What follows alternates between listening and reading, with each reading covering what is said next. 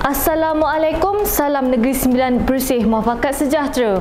Berita Nogori jam 9 malam, 9 Jun 2022. Bersama saya Haida Zulkifli. Kita ikuti paparan utama malam ini. Projek Santuari Buaya Tembaga Sungai Linggi. Lawatan tapak cadangan Kelong memancing perairan Port Dickson. Pengurusan kewangan yang efisien menjamin masa hadapan.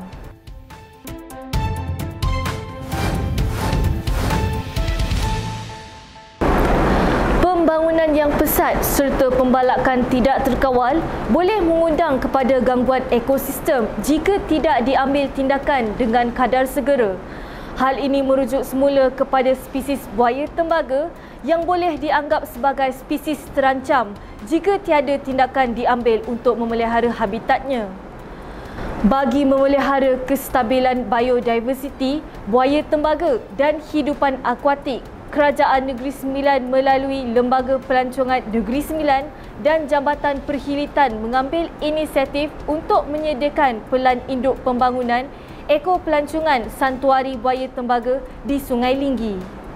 Kita sedia maklum bahawa ini telah kita beberapa kali nyatakan bahawa kawasan pembangunan eko-pelancongan Santuari Buaya berada dalam daerah Port Dickson memainkan peranan penting bagi elemen kestabilan biodiversiti, terutamanya bagi spesies buaya tembaga, Crocodile porosus dan hidupan akuatik di Negeri Sembilan serta dapat merancakkan lagi sektor pelancongan di dalam dan luar negeri untuk menikmati keindahan alam semula jadi.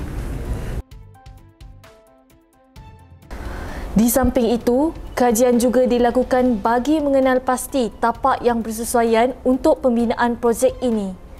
Kita dah selesai dah. Itu buat kajian. Macam kita nak kesan buaya, ada tak buaya kat situ? Kawasan yang sesuai, mana satu kawasan yang selalu buaya-buaya tu lepak.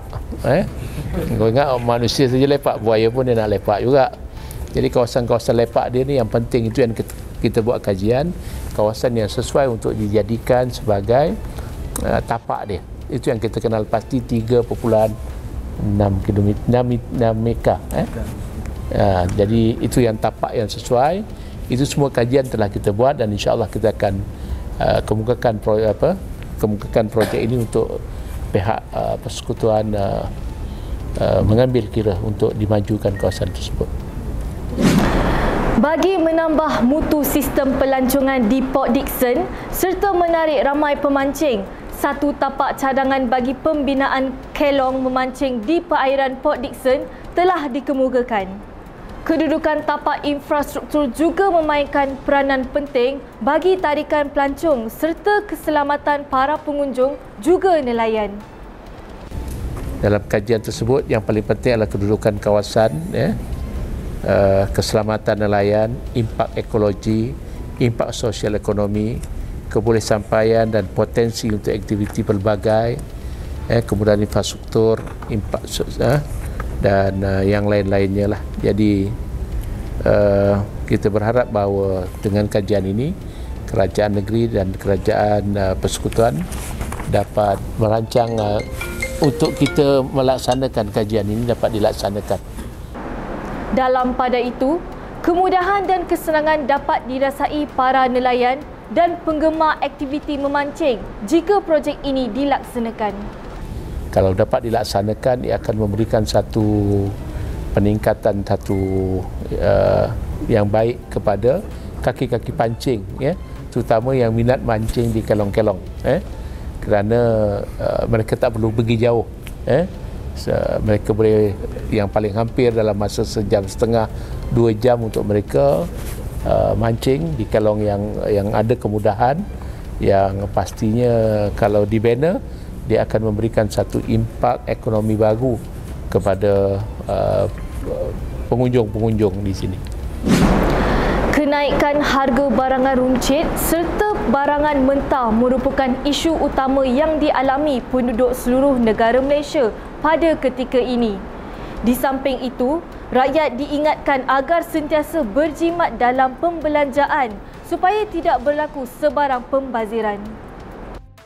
Dan saya berharap bahawa rakyat di negara kita, khususnya di Negeri Sembilan ini, terus berhati-hati, beli hanya barang keperluan, elak daripada membazir, dan kita tak nak beli berlebih-lebihan, supaya kita kena sedia maklum bahawa dengan kos yang tinggi ini mereka kena bijak dalam menguruskan kewangan mereka. Bagi pihak kerajaan negeri, kita akan cuba sedaya upaya kita mengeluarkan tadi yang kita cakapkan, pengeluaran makanan, kita cuba yang terbaik, dan ini nak Hari Raya Korban, lembu pun dah mula naik harga daripada sekarang. Sekarang harga 6,000, 5,500. Di peringkat awal itu 2 bulan lepas sekitar 4,500, tapi sekarang dah pergi ke 6,000 menjelang Hari Raya Korban. Jadi itu perkara yang berlaku, dan insya-Allah di Negeri Sembilan ini Hari Raya Korban akan kita sambut dan dibenarkan diadakan di masjid dan surau, insya-Allah. Rakyat juga digalakkan untuk membuat persediaan awal seperti menternak dan juga menanam sayur-sayuran bagi menangani krisis makanan yang sedang merosot di seluruh negara. Yalah, kita sedia maklum bahawa makanan tu bukannya ayam sengaja. Harga daging pun meningkat. Jadi kita melihat bahawa ini satu cabaran kepada negara. Seperti saya katakan, kita selalu respon apabila kita ada masalah. Apabila kita dalam keadaan tenang, kita tak memberikan galakan yang mencukupi itu. Jadi kita tidak ada perancangan yang bersungguh-sungguh. Jadi itu yang paling penting sekali. Jadi itu yang saya katakan tadi, bahawa kita harus merancang mulai hari ini, walaupun kita terlewat, tapi kena mulakan. Dan kita merancang itu untuk pengeluaran secara besar-besaran. Kalau kita nak buatkan keli besar-besaran, banyak-banyak pun tak apa. Bukan itu ikan paling murah rakyat mampu beli, ikan tilapia. Itu yang kita galakkan di Negeri Sembilan. Apabila ada mereka memohon, kita ada bekas-bekas lombong itu yang kita luluskan segera, supaya mereka boleh buat cepat.